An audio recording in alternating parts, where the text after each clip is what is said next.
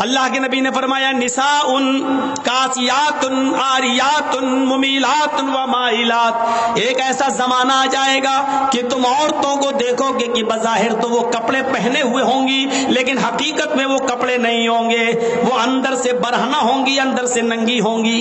دیکھ لیجیے آپ ہاف آستین کے کپڑے پہن رہی ہیں آپ، جو غیر شادی شدہ ہے جن کی شادی نہیں ہوئی وہ شلوار سوٹ پہنتی ہیں، آستینیں کھلی ہوئی ہیں، دوپٹہ بھی اب سر پہ نہیں رہا۔ اللہ کے رسول جب معراج پہ گئے تو آپ نے دیکھا کہ کچھ عورتوں کو سر کے بال پکڑ کر ایک درخت سے لٹکا دیا گیا جہنم کے اندر، اور ان کو الٹا الٹا ان کو گھمایا جا رہا ہے، اور ان کے ہاتھ پیچھے سے باندھ دیے گئے ہیں، اور ان کے دونوں سینوں میں، عورتوں کے دونوں سینوں میں کھنجر ڈھونک دیے گئے ہیں یہاں سے، اور یہاں نکال لیا گیا ہے، یہاں سے کھنجر ڈالا یہاں نکالا گیا ہے۔ پوچھا اللہ کے نبی نے جبریل یہ کون عورتیں ہیں جن کو اتنا دردناک جہنم میں عذاب دیا جا رہا ہے، جن کے سر کے بال پکڑ کر ان کو لٹکا دیا گیا ہے اور ان کے سینوں میں کھنجر چبھو دیے گئے ہیں؟ جبریل نے فرمایا اے اللہ کے نبی یہ وہ عورتیں ہیں جو دنیا میں اپنے بال کھول کر چلا کرتی تھیں، اپنے بالوں کو دوپٹے سے نہیں ڈھانکتی تھی، اپنے سر پر اوڑھنیاں نہ ڈالا کرتی تھی، اپنے سروں پر اوڑھنیاں نہیں اوڑا کرتی تھی، یہ کھلے بال لے کر چلتی تھی، بازار میں، اسکولوں میں، کالجوں میں ان کے بال کھلے رہتے تھے۔ اور یہ وہ عورتیں جن کے سینوں میں کھنجر ڈال دیے گئے ہیں، یہ اپنے سینوں پر اوڑھنیاں چادر نہیں ڈالتی تھی، اتنا ٹائٹ کپڑا پہنتی تھی کہ کپڑا پہننے کے باوجود ان کے سینے کا حصہ اٹھا ہوا نظر آتا تھا۔ غیر مرد ان کے سینے پہ نظر ڈالا کرتے تھے، آج ان کے سینوں کو چبھو دیا گیا ہے، ان کے سینوں میں کھنجر ڈال دیا گیا ہے، ان کے سینوں میں کھنجر بھونک دیا گیا ہے۔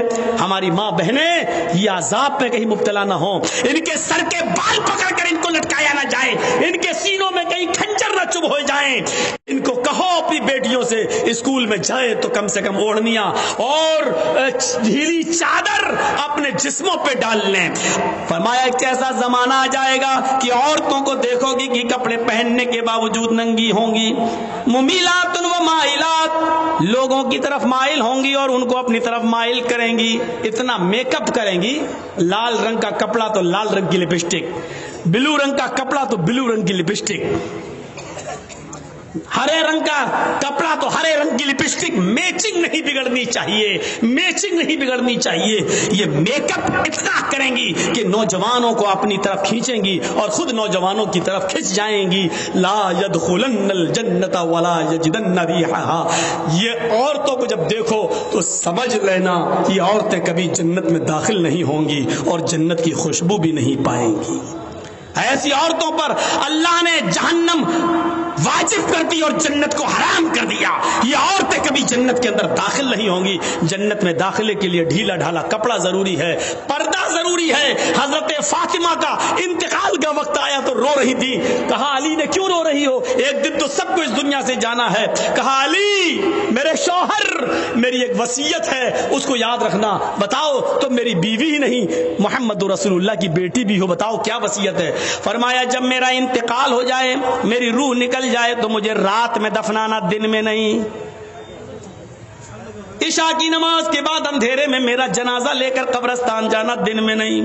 حضرت علی نے کہا یہ تم نے ایک نئی مصیبت میرے اوپر ڈال دی، مان لو فجر کے بعد اگر تمہارا انتقال ہو جاتا ہے تو ظہر کے بعد دفن کیا جائے گا، ظہر میں انتقال ہوتا ہے تو عصر میں، اب فجر کے بعد اگر انتقال ہو جائے تب بھی ہم عشاء کے بعد تمہیں دفنائیں، یہ کہاں کی عقل مندی ہے؟ فرمایا اے علی، اے میرے شوہر، میرے اوپر یہ احسان کرنا جو میں آپ سے کہہ رہی ہوں، میرے جنازے کو رات کی تاریکی میں لے جانا، میرے جنازے کو رات کے اندھیرے میں اٹھانا۔ پوچھا ایسا کیوں کہہ رہی ہو؟ کہتی ہے کہ میں ایسا اس لیے کہہ رہی ہوں کیونکہ میں یہ نہیں چاہتی کہ میرے مردہ جسم پر پڑے ہوئے کفن پر بھی کسی غیر مرد کی نظر پڑے، میرے مردہ جسم پر پڑے ہوئے کفن پر بھی کسی غیر مرد کی نظر پڑے۔ میں چاہتی ہوں کہ میرا جنازہ جب اٹھے تو میرے کفن کو بھی کوئی نہ دیکھے، میری شکل صورت تو بہت دور کی بات ہے۔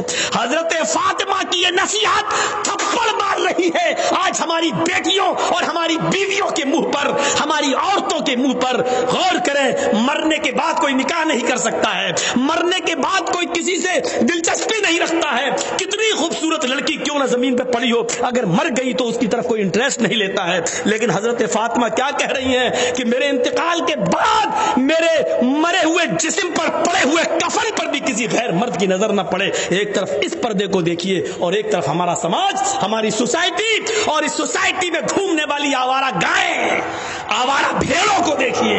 آج مجھے کہنا پڑ رہا آوارہ گائیں, آوارہ بھینسیں, آوارہ بکریاں, آوارہ بھیڑیں, ان کو کہنا پڑ رہا ہے.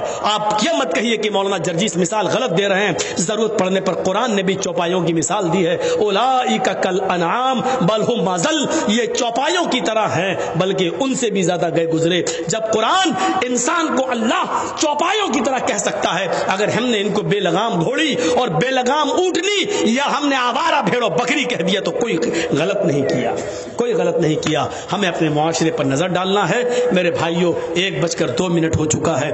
مجھے کہا گیا پہلے آپ کو 9 بجے ٹائم دے دیا جائے گا. میں نے سوچا 11 بجے ختم ہو جائے گا, لیکن 11 بجے ٹائم دیا گیا تو اب ظاہر بات ہے کہ 1.5-2 گھنٹہ تو بولنا ہی تھا, بول دیا. اللہ سے ہم دعا کرتے ہیں کہ بار الہ ہماری خطاؤں کو معاف فرما دے, ہمارے گناہوں کو بخش دے, ہمارے سماج کی اصلاح پیدا فرما دے, ہماری ماں بہنوں کو پردے کی توفیق عطا فرما, ہم جمیع مسلمانوں کو ایک پلیٹ فارم پہ قائم کر دے. جب تک تو ہمیں زندہ رکھ, اسلام پر زندہ رکھنا, اور جب ہمارا خاتمہ ہو تو ایمان پر خاتمہ فرمانا. وما علینا الا البلاغ المبین وآخر دعوانا الحمد للہ رب العالمین. السلام علیکم ورحمۃ اللہ وبرکاتہ.